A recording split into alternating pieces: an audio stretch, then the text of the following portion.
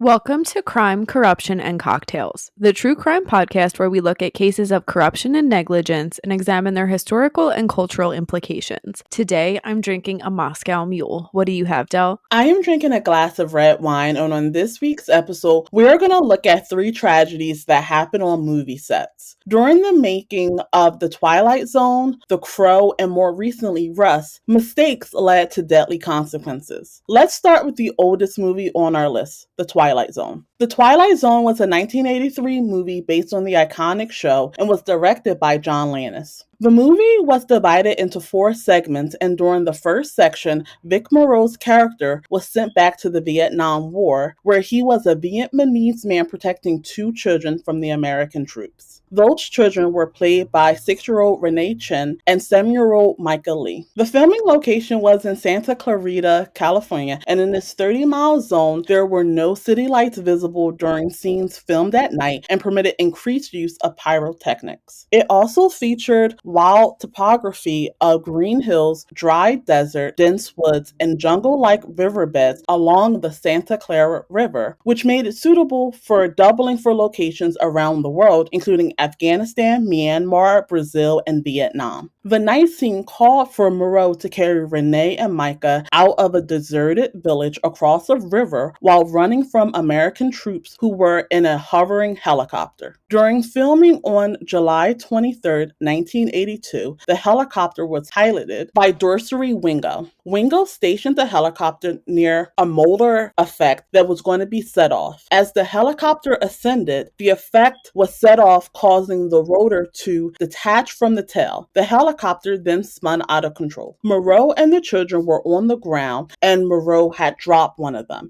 As he was reaching to grab them, the helicopter fell on them. Moreau and Lee were decapitated while Chen was crushed. No one was held criminally responsible for the accident, although it was reported that the director wanted the helicopter to fly lower and the pyrotechnics were set off too early. The families of Moreau and the children settled out of court for an undisclosed amount. During the investigation, it was discovered that Landis had violated child labor laws by hiring Lee and Chen without the required permits. It should also be noted that the children's parents were not told about the helicopter or pyrotechnics. The next tragedy on a film set we are going to detail is the death of Brandon Lee on the set of The Crow. Brandon Lee is the son of Bruce Lee, and they both tragically died young. On March 31st, 1994, the crew were filming a scene in which Brandon's character is shot after seeing the rape and assault of his fiancée. The gun was fired by actor Michael Massey. A previous scene using the same gun had called for inert dummy cartridges fitted with bullets, but no powder or primer, to be loaded in the revolver. For close-up scenes that use a revolver where the bullets are clearly visible from the front and do not require the gun to actually be fired, dummy cartridges provide a more realistic appearance than blank rounds, which have no bullet. Instead of purchasing commercial dummy cartridges, the film's prop crew, hampered by time constraints, created their own by pulling the bullets from live rounds, dumping the powder charge, then reinserting the bullets. During the scene in which Brandon's character is shot, the dummy cartridges were exchanged for blank rounds, which feature a live powder charge and primer, but no bullet, thus allowing the gun to be fired without the risk of an actual projectile. Since the production company had sent the firearms specialist home early, responsibility for the guns was given to a prop assistant who was unaware of the rule for inspecting all firearms before and after any handling. Therefore, the barrel was not checked for obstructions when the time came to load it with blank rounds. Since the bullet from the dummy round was already trapped in the barrel, this caused the .44 Magnum bullet to be fired out of the barrel with virtually the same force as if the gun had been loaded with a live round. The dummy round struck Lee in the abdomen and fatally wounded him. The final example we're going to look at is the death of Helena Hutchins on the set of Rust. The film set of Rust had been marred with safety issues. There were reports that firearm protocols were not distributed and not followed on set. It was also claimed that no medics were on the scene during the construction of the film sets. Before the incident occurred, 2 prop guns had previously been fired a total of 3 times unintentionally. Baldwin's stunt double had accidentally fired 2 blanks when he was told a prop gun was cold, and the film's prop master shot herself in the foot with a blank round. Hannah Gutierrez Reed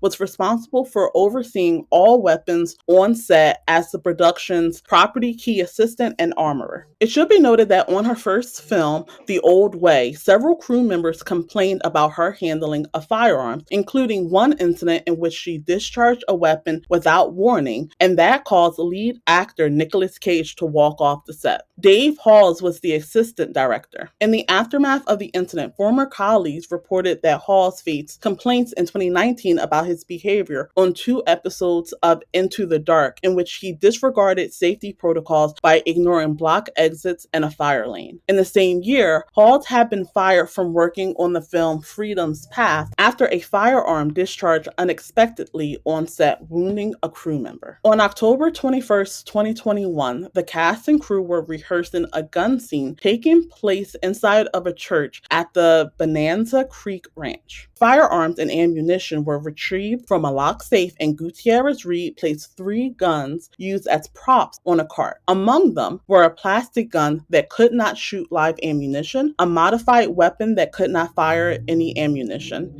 and a solid frame 45 caliber Colt revolver replica. The scene involved Baldwin's character removing a gun from his holster and pointing it towards the camera. B camera operator Reed Russell was situated on a camera dolly looking at a monitor with Hutchins and director Joel Souza, both nearby. While the trio behind the monitor were repositioning the camera to remove a shadow, Baldwin began explaining to the crew how he planned to draw the firearm. He said, quote, "So I guess I'm going to take this out, pull it, and go bang," end quote. When he removed it from the holster, the gun fired a single time. Baldwin and Halls had said that Baldwin did not pull the trigger. The projectile flew towards the 3 behind the monitor, striking Hutchins in the chest and Souza in the shoulder. Hutchins was flown by helicopter to the University of New Mexico Hospital in Albuquerque, where she was pronounced dead. Souza was treated by EMS and transported by ambulance to Christus St. Vincent Regional Medical Center in Santa Fe, where he was admitted and released by the following morning. On October 21st, the Santa Fe County Sheriff's Office said it was investigating, quote, what type of projectile was discharged, end quote, and how the event occurred. Baldwin was questioned and left without charges filed. On February 15th, the Hutchins family filed a wrongful death suit which names Baldwin, Halls, Gutierrez Reed, prop master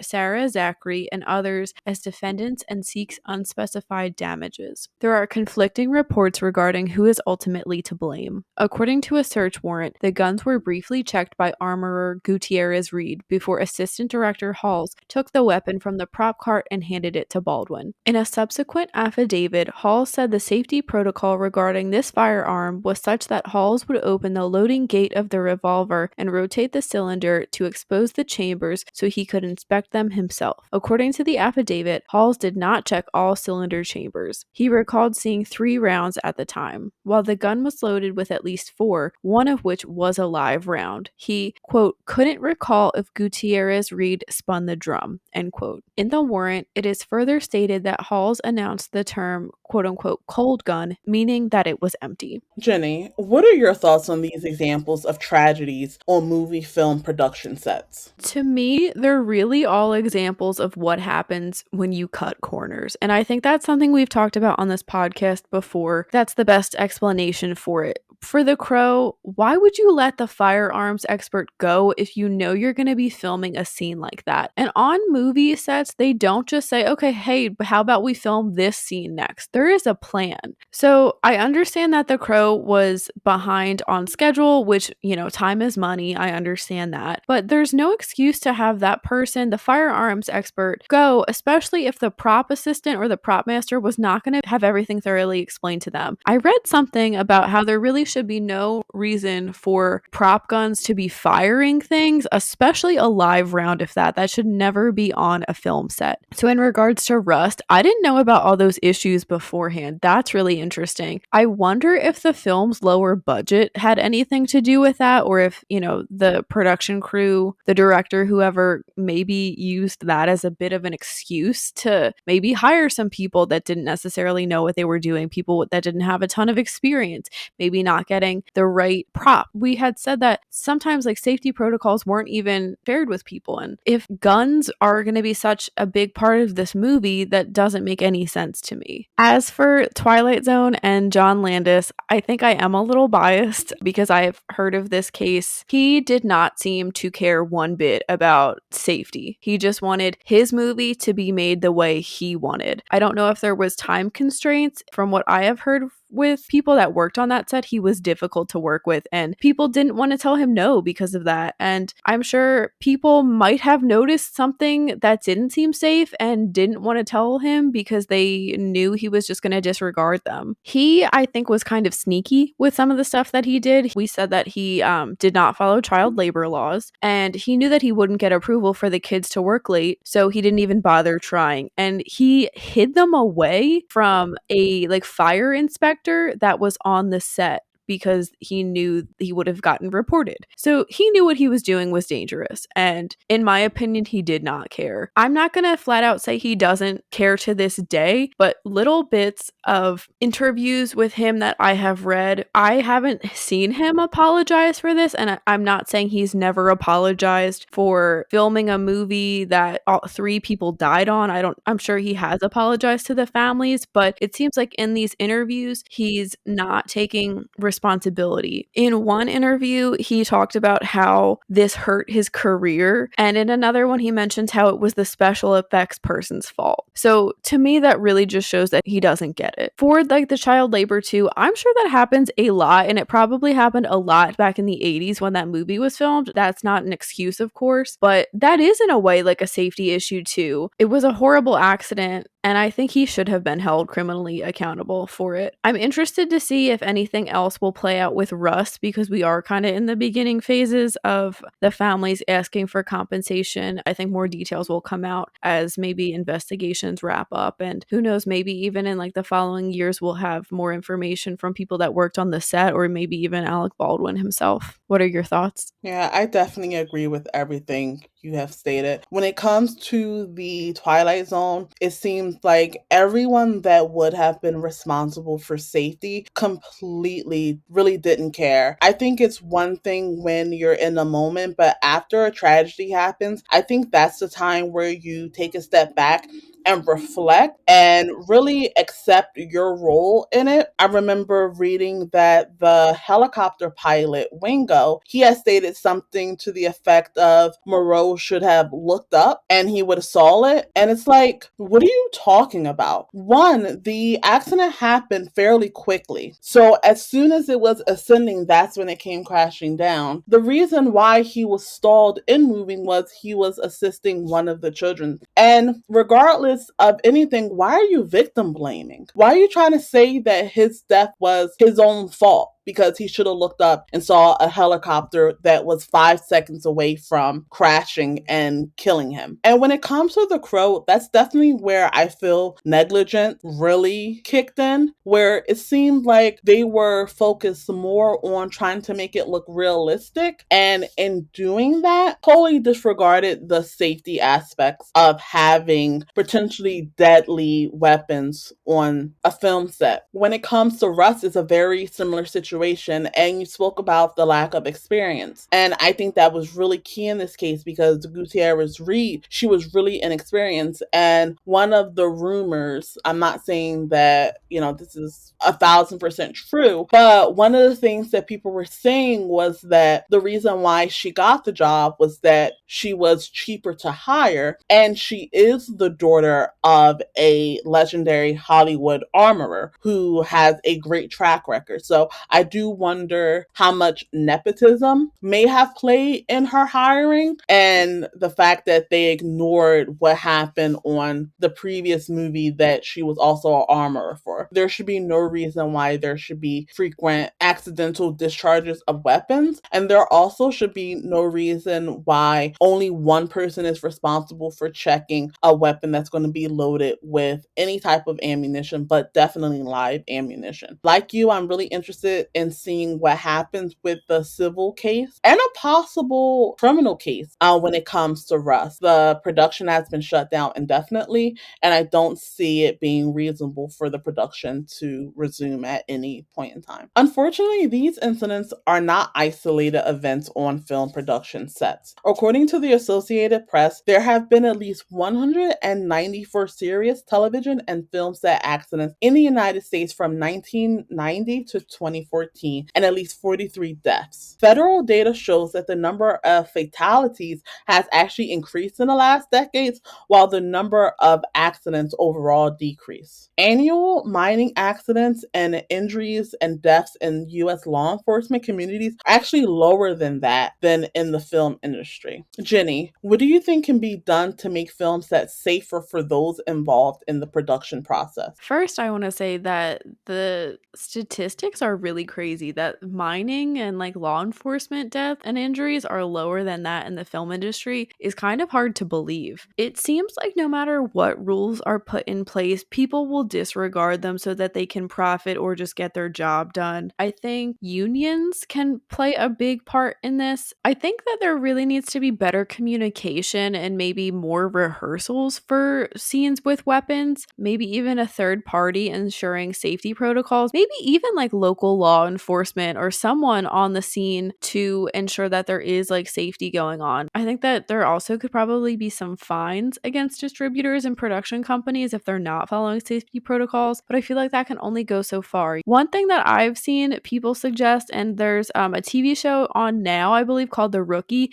they only use airsoft guns in their production, but nothing that has like bullets that are coming out, and I think that is probably a really good step. Also, can we use special effects more? I mean, you could get a prop gun that has like absolutely nothing loaded in it and then just add in like a bullet or the effect of shooting a bullet. As I was researching this, I saw a quote from Steven Spielberg, who had said no movie is worth dying for, and I absolutely agree with him on that. I also wanted to point out, and I think that this is interesting, that the gun industry is paying a lot of production companies for their products to be used. So I think if that stops somehow, we can then move on to some other safer options. Del, what do you think can help this situation? So I definitely agree. I don't see any situation where live ammunition needs to be on a film set. I don't think that budget is ever a reason to put people in danger. If you don't have the budget to do a certain scene,